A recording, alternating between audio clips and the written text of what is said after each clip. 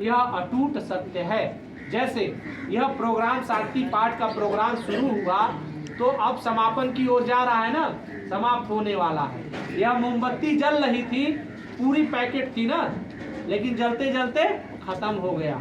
मोमबत्ती के साथ अगरबत्ती जो थी वह अगरबत्ती भी जली और जलते जलते वह समाप्त हो गई। इस दुनिया में कोई भी चीज, चाहे वो वस्तु हो चाहे वह जीव हो, वह आया है तो देर सवेर जाएगा।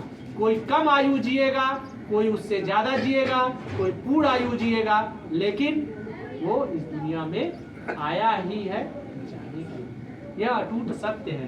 तो हमें करना क्या चाहिए? ये सत्य है कि जो आया है वो जाएगा, तो हमें करना क्या चाहिए? जो हमें जीवन मिला है, या जो जीवन मनुष्य का मिला है, तो हमें करना क्या चाहिए? तो हमें अपने जीवन में ज्यादा से ज्यादा कुशल कर्म करना चाहिए, ज्यादा से ज्यादा अपने अंदर अच्छाइयों को लाना चाहिए, अपने गुणों को बढ़ाना चाहिए। आप देखते हैं कि जब व्यक्ति इस दुनिया से जाता है तो लोग क्या कहते हैं?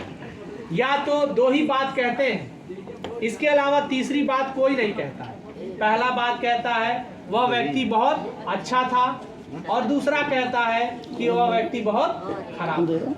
क्यों? क्योंकि उसने अपने जीवन में पैदा होने से मरने तक जो भी कर्म किया, पाप कर्म किए, ज्यादा से ज्यादा लोगों को परेशान किया, सताया, लोगों को ठगा, लोगों को बेईमानी किया, तो वह जब मरता है तो लोग उसको कहते हैं कि अच्छा हुआ वह व्यक्ति मर गया, बहुत बुरा था। और इसी के उपरांत यदि कोई व्यक्ति अपने जीवन में ज़्यादा से ज़्यादा अच्छा कर्म करता है, लोगों की मदद करता है, लोगों का सेवा करता है, अपने सगे संबंधियों का आदर सत्कार करता है, लोगों के दुख सुख में काम आता है, उनकी मदद करता है, तो वह व्यक्ति जब इस दुनिया को छोड़ के जाता है तो लोग कहते हैं कि यह व्यक्ति बहुत अच्छा है। इसके अलावा कुछ और कहते हैं?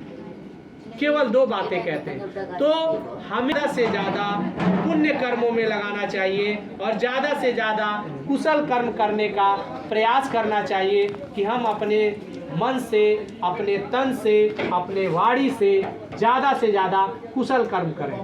अब तीसरी बात, ये जो पतिदान हम लोगों ने कराया, तो आपने देखा कि लोटा भरा हुआ था और थाली खाली था। तो दुनिया में हम जब आते हैं तो जितनी ऊर्जा और जितना सांस लेके आते हैं, धीरे धीरे धीरे धीरे धीरे ऊर्जा और सांस खत्म होता है, और जब वह ऊर्जा और सांस खत्म हो जाता है तो हम इस दुनिया को छोड़ के चले जाते हैं। यह उसका प्रतीक था, यह उसकी औपचारिकताएं थी। दूसरा, जो पतिदान कराया गया उसमें कहा गया कि हम जैसे ऊपर से जो पानी, जो बारिश का पानी गिरता है तो कहाँ जाता है? नीचे जाता है।